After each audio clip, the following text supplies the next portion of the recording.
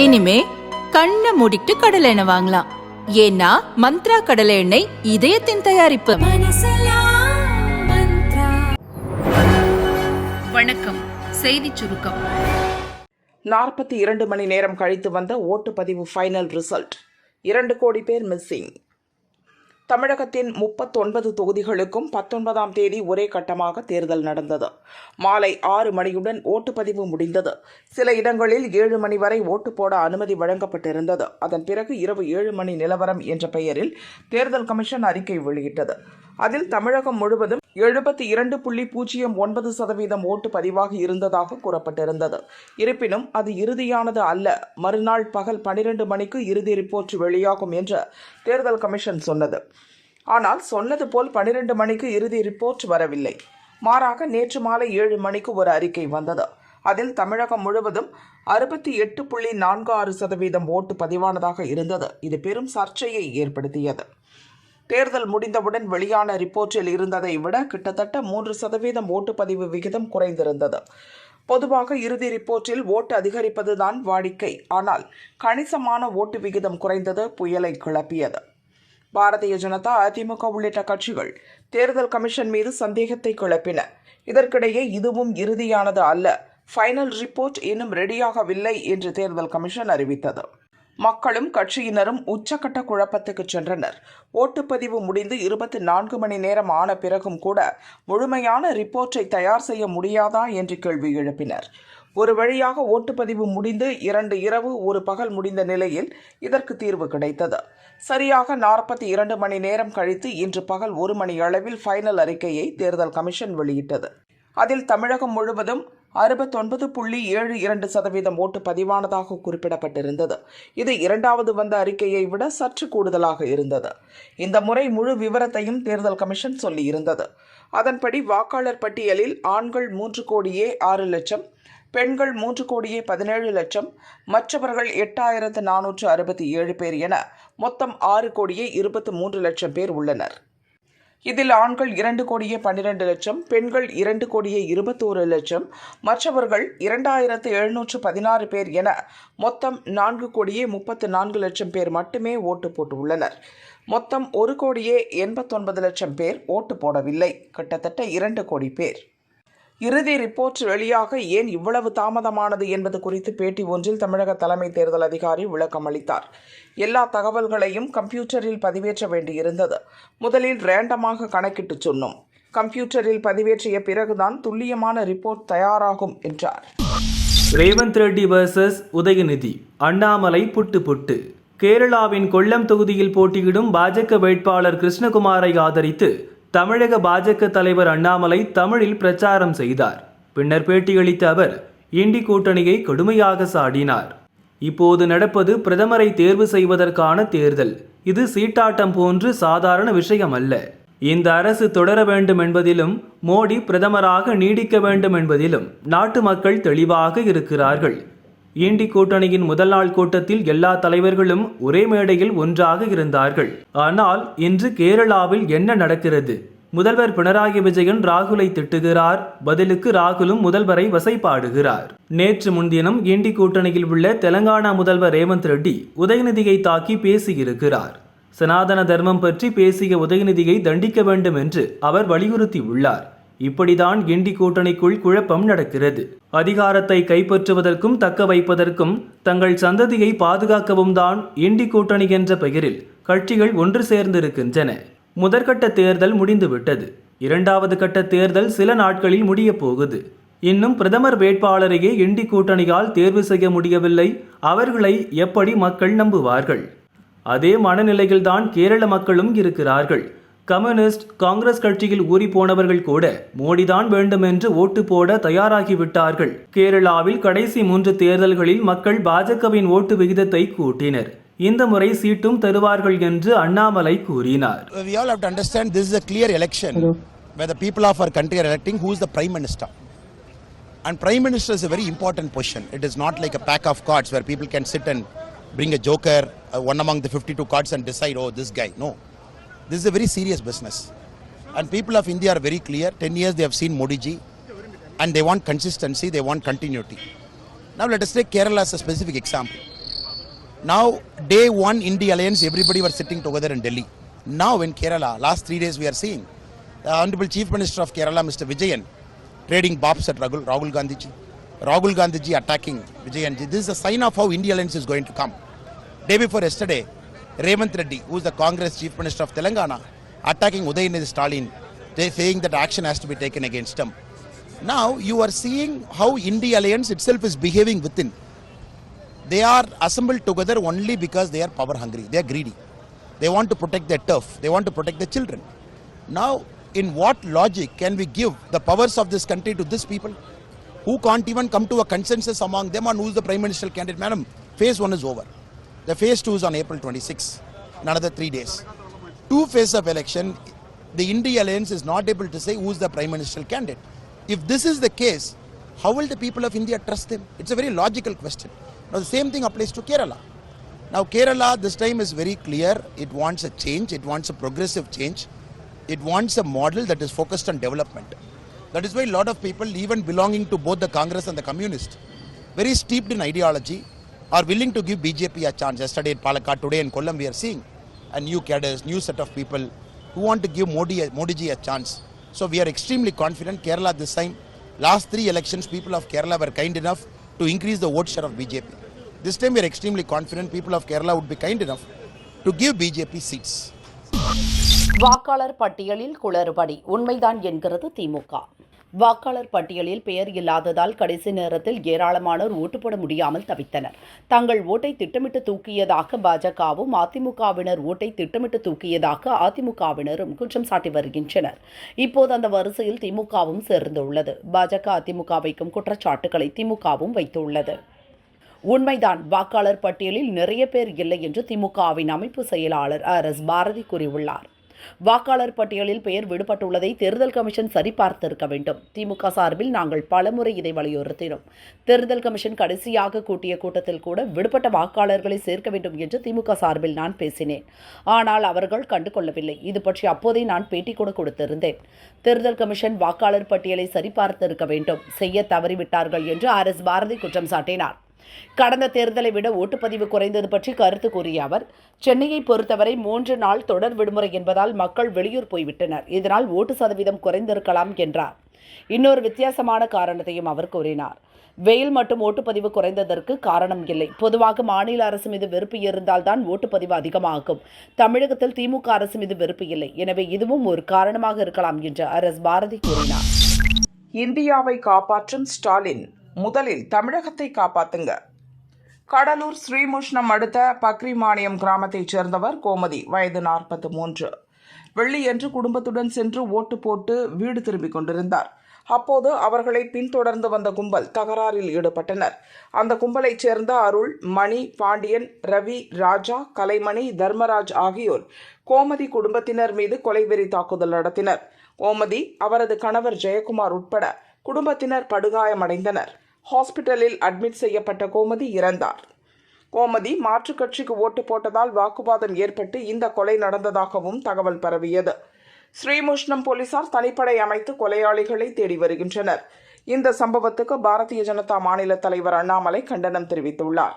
தங்கள் கூட்டணிக்கு வாக்களிக்கவில்லை என்பதற்காக திமுகவினர் இந்த பாதக செயலை செய்திருப்பதாக செய்திகள் வெளியாகி இருக்கின்றன. இந்த குற்ற சம்பவத்தில் ஈடுபட்ட திமுகவினரை இன்னும் திமுக அரசு கைது செய்ததாக தெரியவில்லை.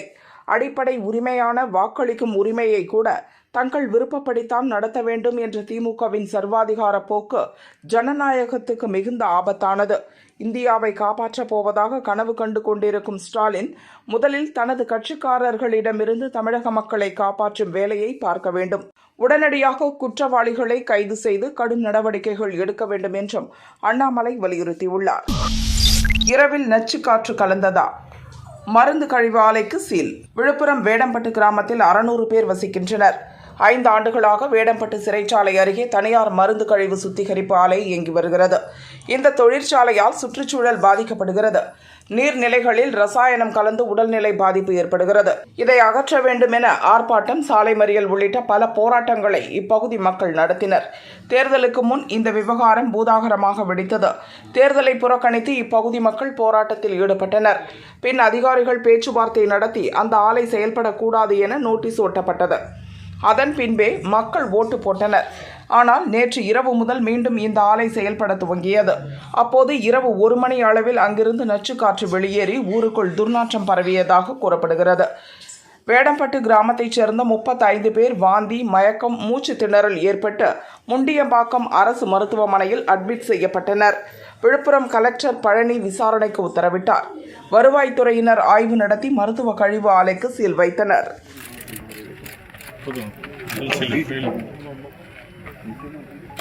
எத்தனை பெட்டிஷன் யார் யாருக்கு போட முடியுமோ அத்தனை பேருக்கும் போடுறாங்க. 1 கிலோமீட்டர் தள்ளி இருக்கவங்களுக்கு வந்து அவ்வளோ உடல் உபாதை, அவ்வளோ பிரச்சனை வருது, சுவாச கோளாறு வருது, எனக்கு வாந்தி வருது, மயக்கம் வருதுன்னு சொன்னாங்க. உள்ளுக்குள்ளே வேலை செஞ்சுட்டு இருக்கிறாங்க 50 பேர். கிட்டத்தட்ட இந்த கம்பெனி ஆரம்பிச்சிருந்து 5-6 வருஷமாக ஒர்க் பண்ணிட்டு இருக்கிறாங்க. அவங்களுக்கு ஒரு ஹெல்த் இஷ்யூ வந்தது கிடையாது. இல்லை, அவங்களே கூட கேட்டு பாருங்க, உங்களுக்கு ஏதாவது ஹெல்த் இஷ்யூ வந்திருக்கான்னு சொல்லிட்டு என் பசங்களை எல்லாரும் நிற்க வைக்கிறேன், அவங்களே கேட்டு பாருங்க.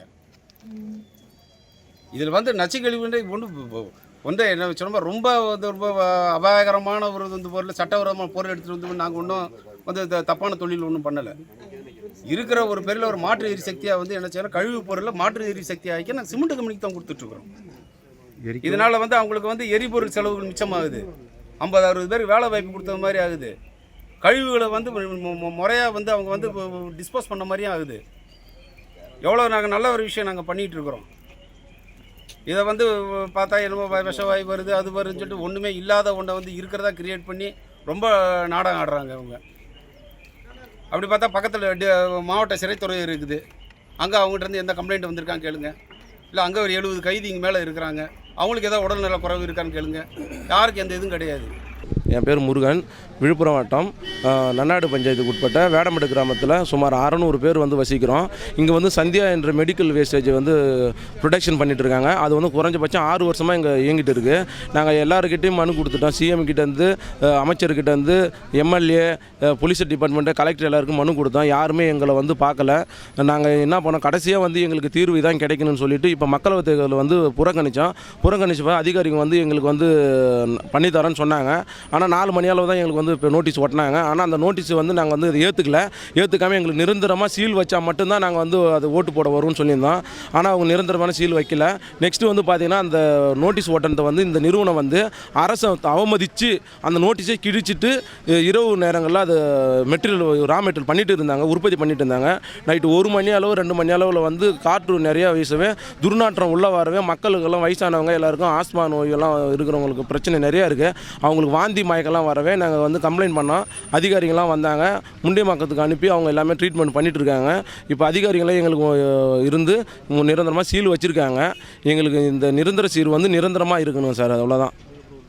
உள்ளே இருக்கிற வேஸ்டேஜ் பார்த்தீங்கன்னா நிலத்தடி நீரில் வந்து பார்த்தீங்கன்னா ஒரு குறைஞ்சபட்சம் 10,000 டன்னுக்கு மேலே கூட இருங்க சார். இருந்த இடத்த எல்லாமே நோண்டி வச்சுட்டு மேலே சிமெண்ட் ரோடு போட்டு வச்சுருக்காங்க. அந்த ரோடை எல்லாமே பேத்துட்டு அதில் இருக்கிறது எல்லாத்தையுமே எடுத்து வெளியில் அப்ரூவ்படுத்திட்டு எங்களுக்கு நிரந்தரமான ஒரு சீல் வச்சுட்டீங்க, இன்னும் எங்களுக்கு நல்லா இருக்குங்க சார். அரசு அதிகாரிகள் எங்களுக்கு நல்லா கொஞ்சம் ஓரளவுக்கு ஒத்துழைப்பிச்சாங்க. ஆனால் எந்த ஒரு அரசியல்வாதியும் எங்களுக்கு ஒத்துழைக்கல சார். எங்களுக்கு ஆளுங்கட்சியுமே எங்களுக்கு, ஏன்னா ஆளுங்கட்சி எங்களுக்கு சுத்தமாக ஒரு செவி கூட சாய்க்கல. நாங்கள் வந்தப்போ எம்எல்ஏ கேட்டால் எதுவுமே சொல்லலை. ஆனால் அரசியல்வாதிகள் எங்களுக்கு வேண்டாம்.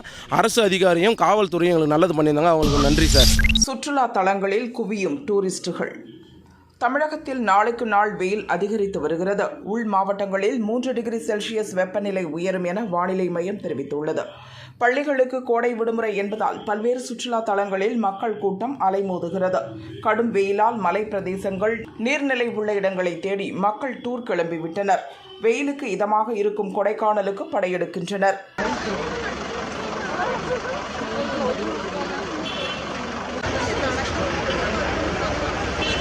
அதேபோல கன்னியாகுமரி, திருப்பரப்பு, கோவை குற்றாலத்தில் டூரிஸ்டுகள் குளித்து மகிழ்கின்றனர்.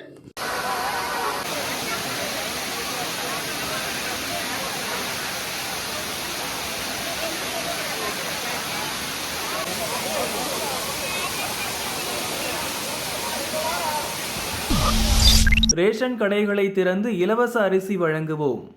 தேர்தலின் போது சொன்ன வாக்குறுதிகளை சொன்னபடி நிறைவேற்றுவேன் என்று புதுச்சேரி பாஜக வேட்பாளர் நமச்சிவாயம் தெரிவித்தார். ஆரம்பத்திலிருந்தே சொல்லிட்டு இருக்கிறேன், நாங்கள் தான் வெற்றி பெற போறோம்னு சொல்லிட்டு, அதனால மக்கள் எங்களுக்கு வாக்களித்திருக்கின்றார்கள்.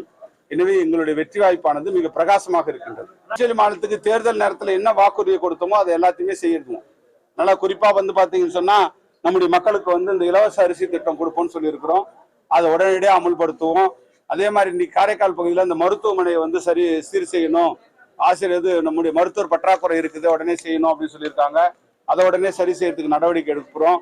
இப்படி என்னென்ன குறைபாடுகள் மக்களிடத்துல, குடிதண்ணீர் பிரச்சனை, இப்படி அடிப்படையான தேவைகள் மக்களுக்கு என்னென்னலாம் இருக்கோ அதெல்லாம் உடனடியாக நிவர்த்தி செய்வதற்கு நம்முடைய மக்களால் பாராளுமன்ற உறுப்பினராக தேர்ந்தெடுக்கப்பட்டு அறிவிக்கப்பட்ட பிறகு அத்தனை திட்டங்களையும் நம்முடைய காரைக்கால் பகுதியுடைய வளர்ச்சிக்கும், புதுவை மாநிலத்தினுடைய ஒட்டுமொத்த வளர்ச்சிக்கும், புதுச்சேரி பகுதி, மாஹே, ஏனம் பகுதிக்கும், அப்படி புதுச்சேரியினுடைய மாநிலத்துடைய ஒட்டுமொத்த வளர்ச்சிக்காகவும் பாடுபடுவேன். ஆனா ஏற்கனவே தேர்தல் நேரத்தில் சொல்லியிருக்கேன்னா திரும்ப திருப்பி கேட்டுருக்கீங்க. நான் தனிமாநில கோரிக்கை சம்பந்தமா மத்திய அரசோடு பேசி அதற்கான அனைத்து கட்ட முயற்சியும் எடுப்பேன்.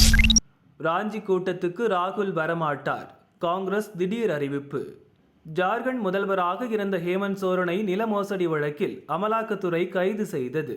அதேபோல் டெல்லி முதல்வர் கெஜ்ரிவாலும் கைதாகி திகார் சிறையில் அடைக்கப்பட்டுள்ளார். இதனை கண்டித்து ஜார்க்கண்ட் ராஞ்சியில் இன்று இண்டி கூட்டணியின் பொதுக்கூட்டம் நடக்க உள்ளது. கெஜ்ரிவால் மனைவி சுனிதா, ஹேமந்த் மனைவி கல்பனா, காங்கிரஸ் தலைவர் கார்கே, ராகுல், ஆர்ஜேடியின் லாலு பிரசாத் உள்ளிட்ட பலர் பங்கேற்பார்கள் என அறிவிக்கப்பட்டிருந்தது. இந்த சூழலில் காங்கிரஸ் எம்பி ராகுல் இக்கூட்டத்துக்கு வரமாட்டார் என அக்கட்சியின் ஜெய்ராம் ரமேஷ் கூறியுள்ளார். உடல்நலக்குறைவு காரணமாக ராகுலால் பங்கேற்க முடியவில்லை. காங்கிரஸ் சார்பில் கார்கே மட்டும் கூட்டத்துக்கு வருவார் என்றும் அவர் கூறியுள்ளார். முன்னதாக மத்திய பிரதேசம் மற்றும் ஜார்க்கண்டில் ராகுல் பிரச்சாரம் செய்ய திட்டமிட்டிருந்தார். உடல்நலக்குறைவு காரணமாக அவரது வருகை ரத்து செய்யப்பட்டுள்ளது. திகார் ஜெயிலில் வைத்தே கெஜ்ரி கதையை முடிக்க சதி. ஜார்க்கண்ட் மாநிலம் ராஞ்சியில் இண்டி கூட்டணி தலைவர்கள் பங்கேற்ற பிரச்சார கூட்டம் நடந்தது. ஆம் ஆத்மி கட்சி சார்பில் பங்கேற்ற கெஜ்ரிவால் மனைவி சுனிதா கெஜ்ரிவால் பாரதிய ஜனதா அமலாக்கத்துறை மீது திடுக்கிடும் குற்றச்சாட்டுகளை அடுக்கினார். திகார் சிறையில் வைத்தே கெஜ்ரிவால் கதையை முடிக்க சதி திட்டம் நடப்பதாக சொன்னார். அவர் பேசியது, கெஜ்ரிவால் என்ன சாப்பிடுகிறார் என்பதை கூட கேமரா வைத்து பார்க்கின்றனர். இது மிகவும் அவமானகரமான செயல். அவர் ஒரு சர்க்கரை நோயாளி. 12 வருஷமாக இன்சுலின் எடுத்து வருகிறார். ஆனால் ஜெயிலில் அவருக்கு இன்சுலின் மறுக்கப்பட்டு உள்ளது. திகார் சிறையில் வைத்து அவரை கொலை செய்ய விரும்புகிறார்கள் என்று குற்றம் சாட்டினார். மேலும் பேசிய அவர், கெஜ்ரிவால், ஹேமந்த் சோரனை ஜெயிலில் போட்டுள்ளனர். ஆனால் அவர்கள் மீது எந்த குற்றச்சாட்டும் நிரூபிக்கப்படவில்லை. என் கணவர் என்ன தப்பு செய்தார்? தரமான கல்வி கொடுத்தது தப்பா? தரமான மருத்துவ வசதியை கொடுத்தது தப்பா என்று சுனிதா கேள்வி எழுப்பினார். ஐஐடியில் படித்த கெஜ்ரிவால் நினைத்திருந்தால் வெளிநாட்டுக்கு போய் இருக்க முடியும். ஆனால் அவர் தேசபக்திக்கு முக்கியத்துவம் தந்தார். IRS பணியின் போது லீவ் எடுத்துவிட்டு மக்கள் பணி செய்தார். இப்போது மக்கள் நலனுக்காக தனது உயிரையே பணயம் வைத்துள்ளார் என்று சுனிதா கெஜ்ரிவால் பேசினார்.